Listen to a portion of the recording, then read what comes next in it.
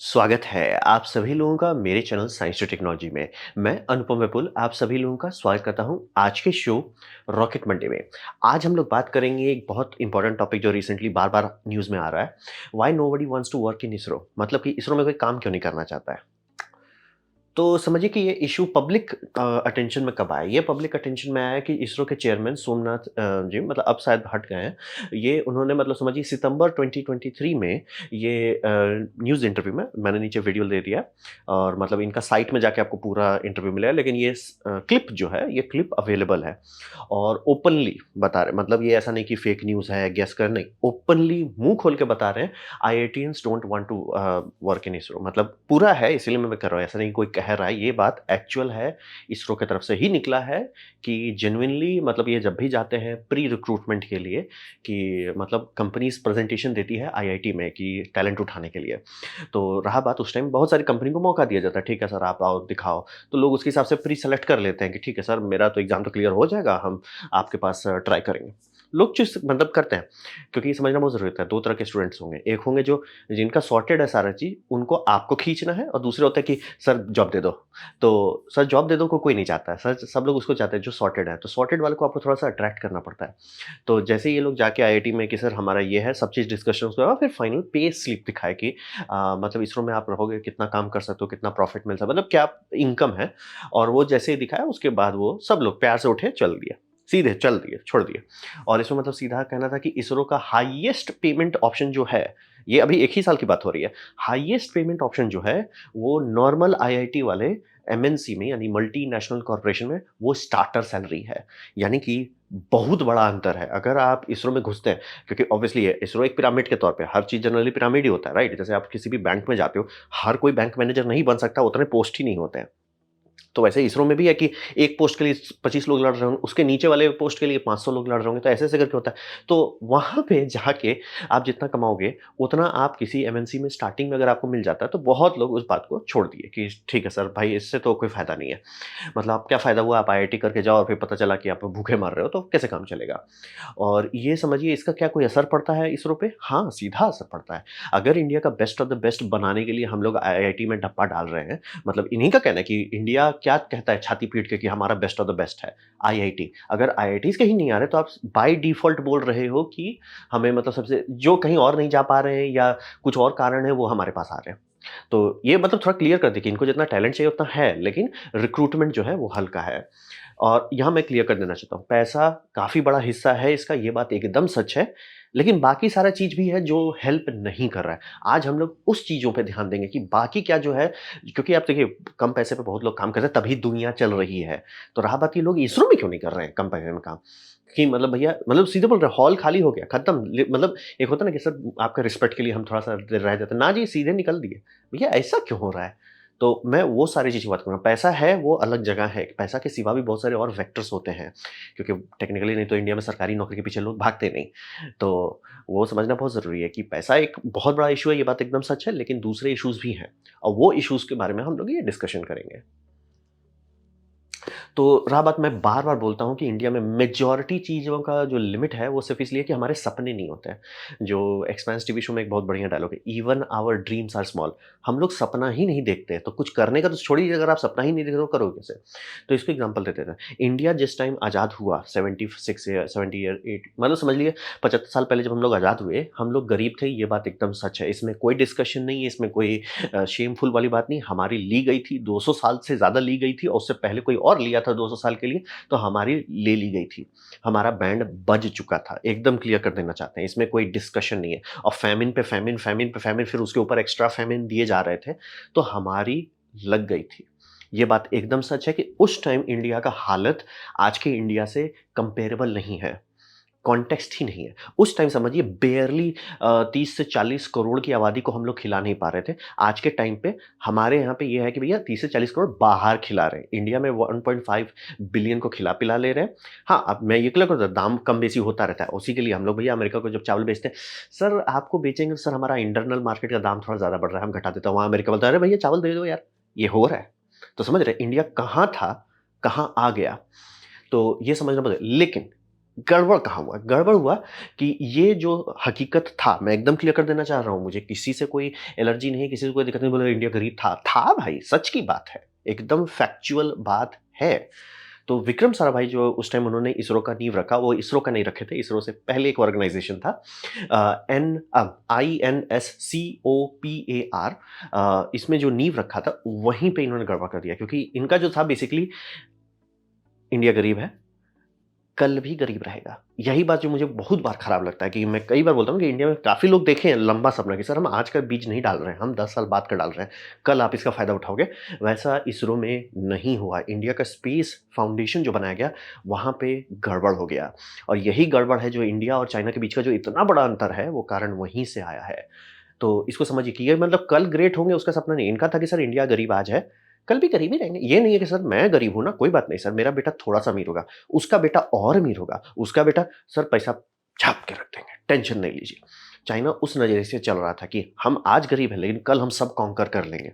तो इसमें इसका मतलब क्या होता है? इसका मतलब होता है विक्रम साराभाई जब चेयरपर्सन थे 1969 में, काफ़ी लोग पूछेंगे इंडिया अभी भूखे रह रहा है, आप अभी क्यों स्पेस बनाना चाहते हो?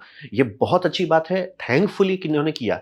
लेकिन जो बोलते हैं ना, नींव में जो लॉन्ग टर्म में हम लोग गड़बड़ कर दिए, वो गड़बड़ नहीं था। We do not have the fantasy of competing with the economically advanced nation in the exploration of the moon और द प्लैनेट्स और मैन्ड स्पेस फ्लाइट।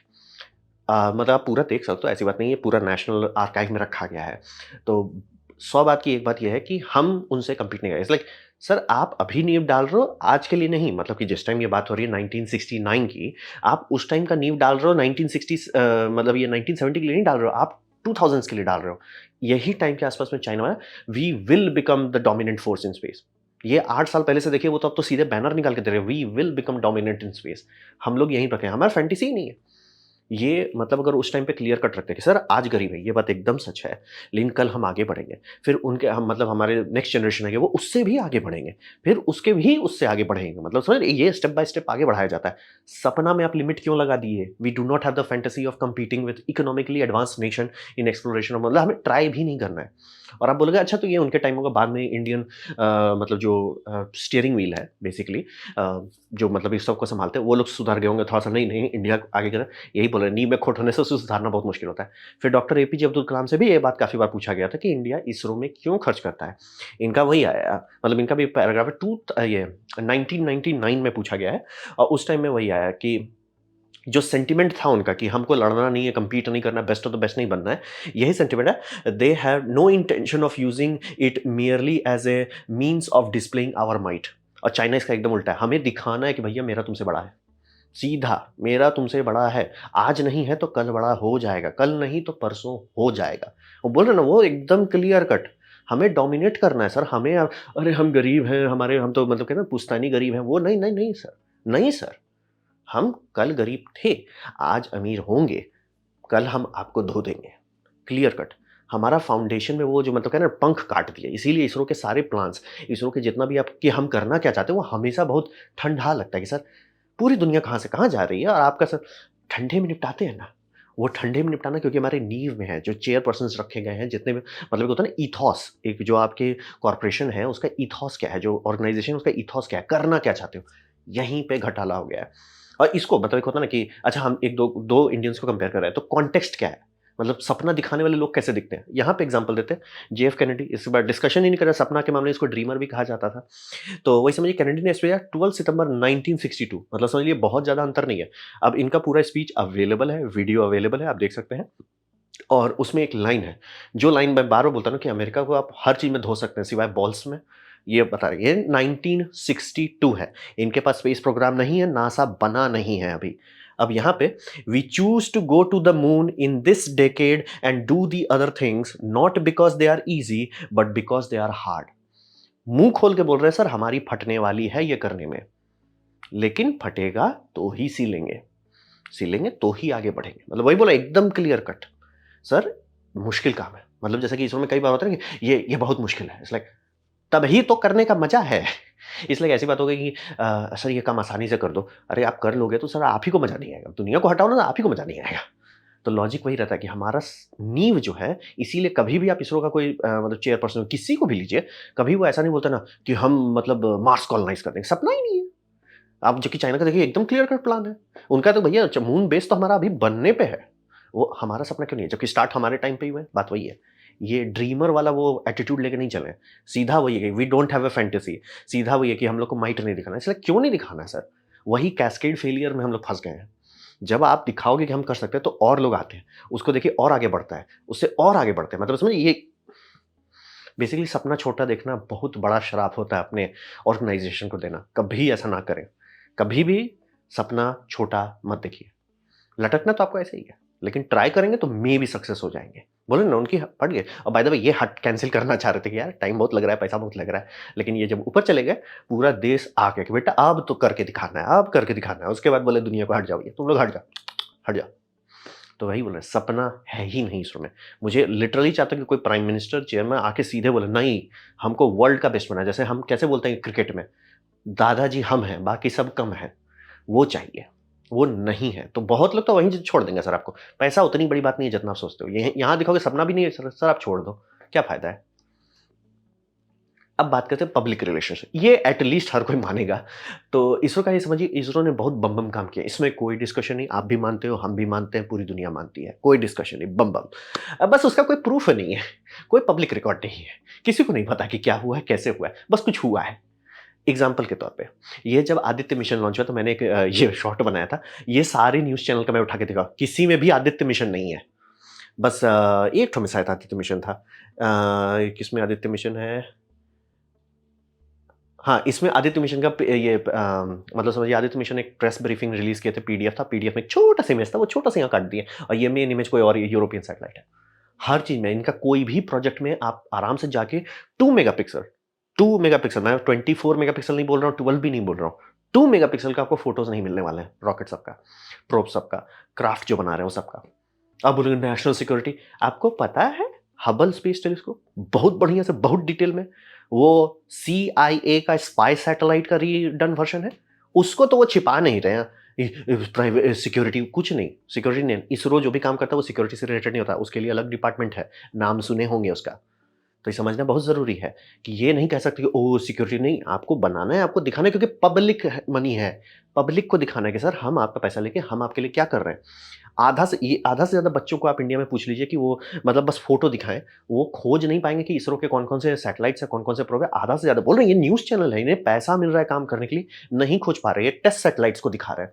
और बाय द वे ध्रुव राठी का भी था, उसके तो मैंने कमेंट किया कि भैया टेस्ट सैटेलाइट क्यों दिखा रहे हो? मतलब पता है कि आदित्य का फ़ोटो नहीं है, तो एटलीस्ट टेस्ट सैटेलाइट तो मत दिखा दो, अमेरिकन माल तो मत दिखा दो। तो उसने वो थंबनेल को अपडेट किया गया है, वो टेस्ट सैटेलाइट हटा के वहाँ पे झंडा डाल दिया, इंडिया का फ्लैग डाल दिया। आई एम लाइक पीडीएफ में है छोटा-सा इमेज, छोटा है लेकिन है, बट लॉजिक वही है। इनके हर प्रोजेक्ट का वही हालत है, बम-बम प्रोजेक्ट कर रहे हैं, लेकिन एक भी डॉक्यूमेंटेशन नहीं है। 2 मेगापिक्सल मैं बोल रहा हूँ। अब बोलोगे अरे उसको ऑनलाइन सर्व करें। ये 2 करोड़ से ज़्यादा खर्च किए हैं कुछ-कुछ प्रोजेक्ट में पीआर के डिपार्टमेंट में। 2 करोड़ सर उतने में सर्वर खरीद के मतलब सर्वर भी छोड़ दो, सर्वर में क्यों खर्च कर रहे हो? आप तो लिटरली हर जितने ब्रांचेस हैं इसरो के, हर जगह पे कंप्यूटर लगाइए, उसमें एक पीयर टू पीयर नेटवर्क बनाइए। पूरा प्लैनेट में आप हाई रेज़ोल्यूशन डेटा ट्रांसफर कर सकते हैं बैकअप के साथ। मतलब जेनुइनली और प्रेस किट जो बनाते हैं वो खोजने पे आपको मिलेगा। और ये मैं बात कर रहा हूँ, जो मैं बोल रहा हूँ मैं इसरो के साइट से कंपेयर करके बता रहा हूँ, बाहर से नहीं कि मतलब आप नासा के कंपेयर में देखो, नासा 3D मॉडल दे देता है। आप जाओगे नासा के साइट में, थोड़ा-सा खोजोगे, सर ये मेरा मार्स रोवर है, ये उसका 3D मॉडल है। Take it and go. Take it oh by the way download भी कर सकते हैं, टेक इट एंड गो। तो ये समझना बहुत ज़रूरी है कि कुछ भी कर रहे हैं दिखाने। जैसे एग्ज़ाम्पल देते हैं, जब चंद्रयान में विक्रम रोवर को डाला गया, उस रोवर के चक्के में इन्होंने मेहनत किया कि एक स्टैम्प बनाते हैं। किसी के पास फ़ोटो नहीं है कि वो दिखता कैसा है। इसरो ने बनाया, उसने फ़ोटो खींचा, बस किसी को शेयर नहीं किया, कहीं पे डाला नहीं। तो ये एक फ़ोटोशॉप जो इमेज है, वो पूरा फ़ेसबुक पे चल गया और इस पे लिटरली बाकी सारी न्यूज़ साइट बता रही है, सर वैसा नहीं है, वो तो किसी ने फ़ोटोशॉप से बना दिया। किसी को फ़ोटोशॉप से बनाने की ज़रूरत क्यों पड़ी? क्योंकि इसरो को पता नहीं है कि सर काम करना एक बात होती है, काम को दिखाना दूसरी बात होती है। तो ये समझना बहुत ज़रूरी है, ये हर चीज़ में हो रहा है, इनका काम बम-बम, बस किसी को पता नहीं कि क्या है। मैं किसी को बता नहीं सकता आदित्य दिखता कैसा है, क्या साइज़ है उसका। मैं ये विक्रम है, तो विक्रम के चक्कर में कैसे स्टैम्प किया गया है और इसरो एक ठो जब बहुत लोग इधर-उधर का इमेज कर रहे हैं, तब इसरो एक ठो छोटा-सा एनिमेशन रिलीज़ किया था, जो बहुत लो क्वालिटी था। मैं सर फ़ोटो डाल दो यार, 2 मेगापिक्सल, मैं उससे ज़्यादा नहीं माँग रहा हूँ, 2 मेगापिक्सल माँग रहा हूँ, फ़ोटो डाल दो। तो वही और इनके हिसाब से तो वीडियो कैमरा एक्ज़िस्ट ही नहीं करता है। कहाँ से ये लाते हैं? मतलब मैं लिटरली इसरो के पुराने टाइम का, मतलब थैंकफुली अभी रिलीज़ हुआ है, लेकिन ये अराउंड 2015 तक इनका इंटरलेस कैमरा था। इंटरलेस कैमरा 1990 में बनना बंद हो गया था, यानी कि जिसमें अगर आप कैमरा मूव करोगे तो ऐसे हो जाता था, लाइन हो जाता था। शक्तिमान आप लोग देखते होंगे, उसमें ऐसे-ऐसे लाइन हो जाता था हर चीज़ में, जब ये कैमरा खूब मूव करते थे। जिन्हें प्रोग्रेसिव और इंटरलेस का पता है उनको पता है। ये आपको नहीं पता होना चाहिए, क्योंकि ये ज़माना कब का बीत चुका है। हमारे पैदा होने के बाद बीत गया ये ज़माना। इसरो भी उसी ज़माने में अटका हुआ है। इन मुझे समझ में नहीं, इनको कैमरा कहाँ से मिल रहा था? ये 2015, 2016, मतलब 2020 तक के इनके वीडियोस फीड में देख रहा हूँ। बाद में एक बता, इतना शर्मनाक हालत था कि इसरो का फीड आ रहा है, दूरदर्शन एचडी में जा रहा है, दूरदर्शन का लोगो हाई रेज़ोल्यूशन है।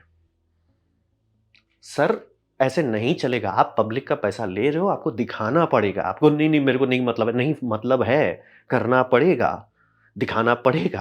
आपको क्या लगता है चाँद का कोई डेटा लेके कोई कुछ करने वाला है? पब्लिक को इंटरेस्ट है, पब्लिक इंटरेस्ट के लिए ही चलती है। हम लोग सोना क्यों खरीदते हैं? दिखाने के लिए खरीदते हैं ना।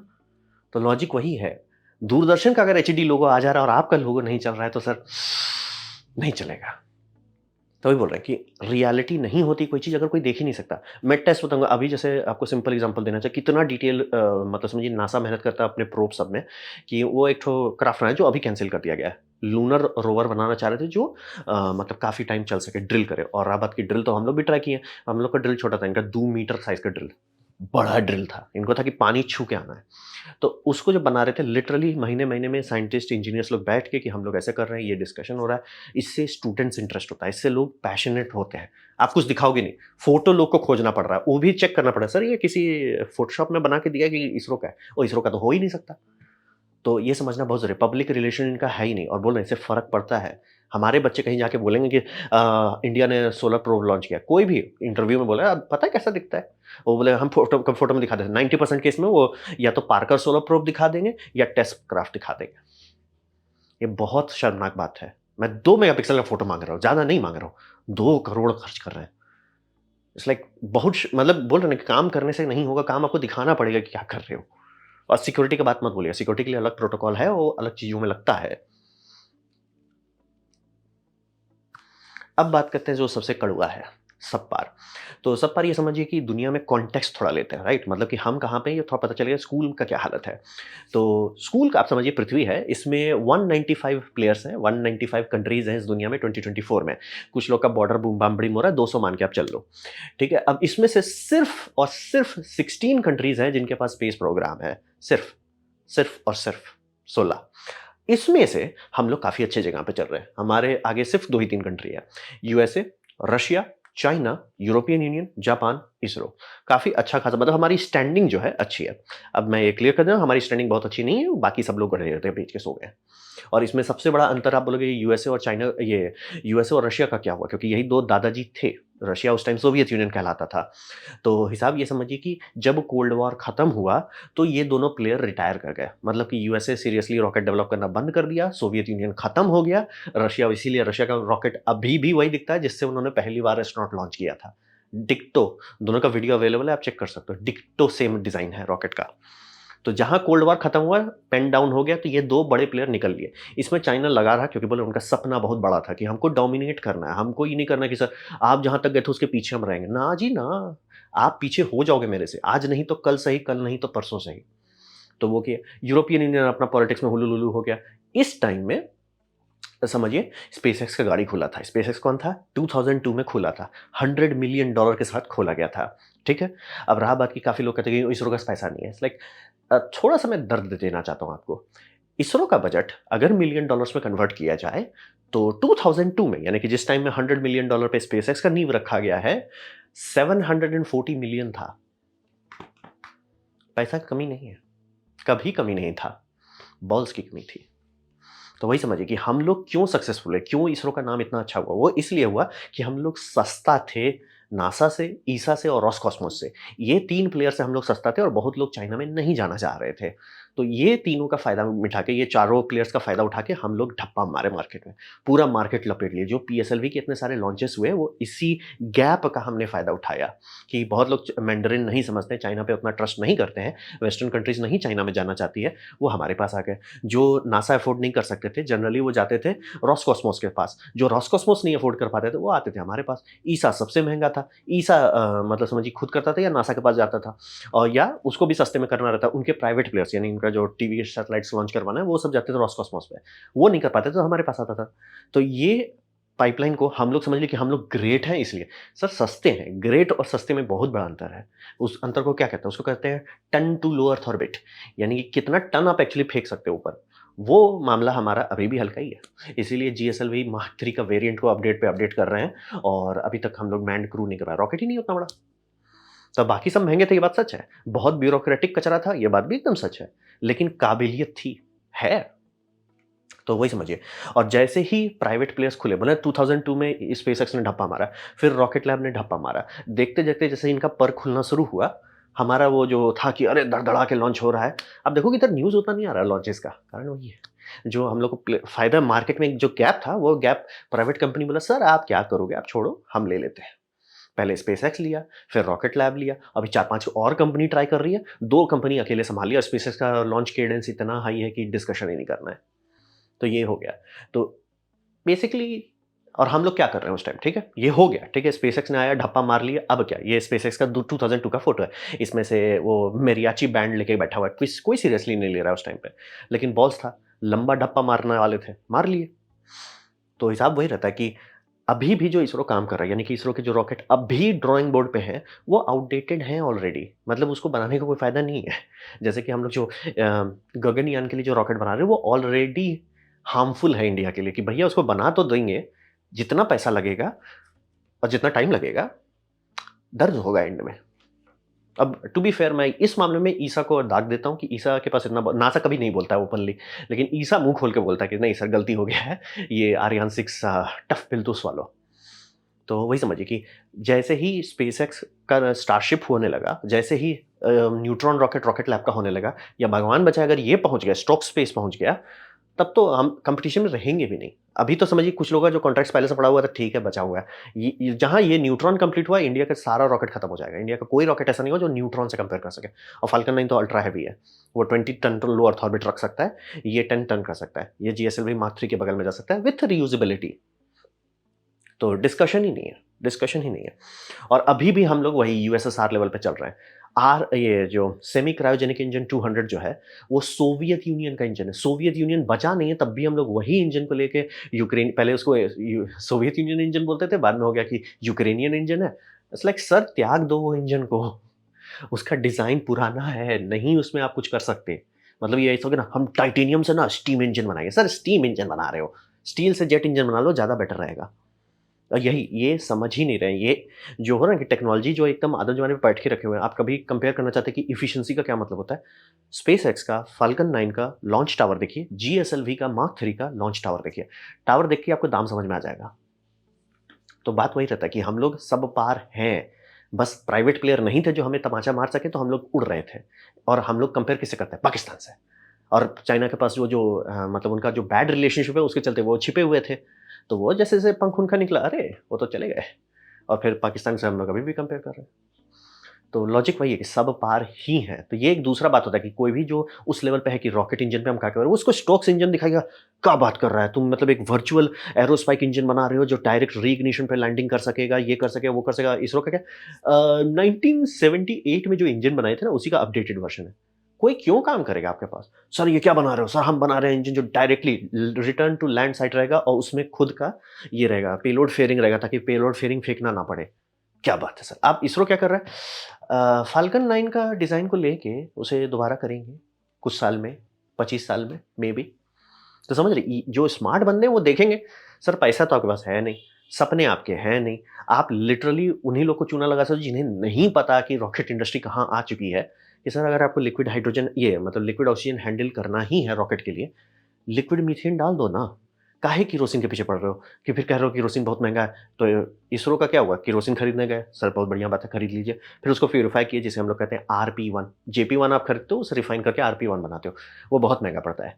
तो फिर इसरो क्या करता है? सस्ता करते हैं। उसको हम इसरोसेन बनाते हैं, यानी कि इसरो 1 कह लीजिए उसको। तो मतलब वो लोअर ग्रेड रिफाइनमेंट है। इट्स लाइक बाकी सब लोग क्या कर रहे हैं? सर इसे छोड़ो, शांति से एलएनजी ले लो, सस्ते में मार्केट में मिल रहा है और क्लीन भी है। तो लॉजिक वही रहता है कि जिन आम पब्लिक को नहीं पता, न्यूज़ चैनल वालों को नहीं पता, वो तो फ़ोटो भी नहीं खोज पाते हैं सही का, तो ऑब्वियसली पब्लिक को लगता है इसरो बहुत बढ़िया है। लेकिन जो काबिल हैं, जो उस लेवल पे कि वो इसरो में काम कर सकते हैं, वो देखेंगे सर आपके पास है क्या मैं जो करूँ? अब आता है पैरेलल्स, क्या इस तरह का सिचुएशन किसी और चीज़ में हुआ है? हाँ, हुआ है। एनिमे और गेमिंग इंडस्ट्री जो है ऑलमोस्ट सेम प्रॉब्लम रहता है, यानी कि बहुत हार्ड वर्क है, जान निकाल देते हैं और पैसा लगभग ज़ीरो देते हैं और वर्क लाइफ बैलेंस क्या होता है? वो गेमिंग वाला को तो मेरे पता है, ये मेरा सिचुएशन था। तो समझना बहुत ज़रूरी है कि ये रियल लाइफ है कि ये लोग मतलब लिटरली 18-19 घंटा डेली काम करते हैं और कुछ पैसा नहीं मिलता है। तो रहा बात कि ये लोग करते क्यों हैं, राइट? ठीक है, हालत इतना खराब है तो कर क्यों रहे हैं? वो सीधा बात है कि उनका जो पैशन से वो जस्टिफाई करते हैं। उनके पास पैशन है कि हम कुछ यूनिक कर रहे हैं। जैसे कि वन प्लस आप लोग देखे होंगे वन पंच मैन जो था, वन पंच मैन का सीज़न 1 और सीज़न 2 में एनिमेशन का क्वालिटी बहुत अंतर है। ऐसा क्यों है? वन पंच ये जो बनाया गया था वन पंच 1 सीज़न जो था वो पैशनेट आर्टिस्ट ने बनाया था, अपने पैशन से बनाया गया था। जब सीज़न 2 के उसको पे करना पड़ा, तो जितना पेमेंट करके वो उस क्वालिटी पे लाते वो नहीं अफ़ोर्ड कर पाए। इसीलिए सीज़न 2 की क्वालिटी देखिए लगे, सर क्वालिटी तो बड़ा कम हो गया आपका। कारण वही है। पैशन के लिए लोग काम करते हैं और जो उनका काम है, वर्क है, वो प्राइड एंड जॉय के साथ दिखाते हैं। मैं बोलूँगा वन पंच मैन आप लोग बोलेंगे, मैं आदित्य क्राफ्ट बोलूँगा, आधा से ज़्यादा लोग उसका शेप भी नहीं बता सकते कि उसमें कितने बड़े-बड़े सोलर पैनल है या किस साइज़ के हैं, रेक्टेंगल है कि स्क्वायर है। तो ये समझना बहुत ज़रूरी है। अगर आप दिखा ही नहीं सकते, पैशन भी नहीं है, सपने भी नहीं है, तो कैसे काम चलेगा? और मैं इसीलिए क्लियर कर देना चाहूँ, पैसा एक काफ़ी बड़ा हिस्सा है, लेकिन बाकी सारे भी चीज़ें, ये सारी इंडस्ट्री सिर्फ़ इसी बात पे चल रही है कि लोग का पैशन है।